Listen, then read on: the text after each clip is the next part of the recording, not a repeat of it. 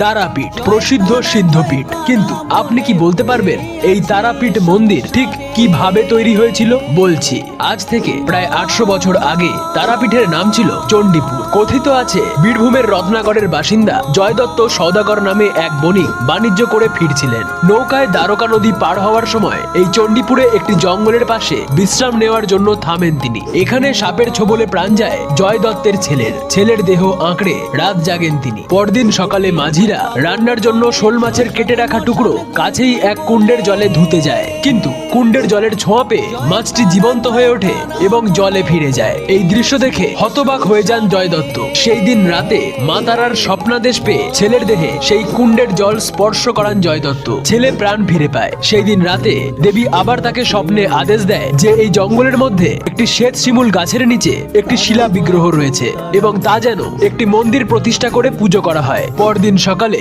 জঙ্গল থেকে সেই শিলা বিগ্রহ পেয়ে একটি ছোট মন্দির প্রতিষ্ঠা করে পুজোর ব্যবস্থা করেন জয় দত্ত। এরপর বহুবার এই মন্দির ভাঙা গড়ার কাজ হয়েছে। সবশেষে 1808 সাল নাগাদ মল্লারপুরের জমিদার জগন্নাথ রায় পুনর্নির্মাণ করেন তারাপীঠ মন্দির। আপনি কোন জায়গার ইতিহাস জানতে চান আর কোথা থেকে দেখছেন জানান আমাদের।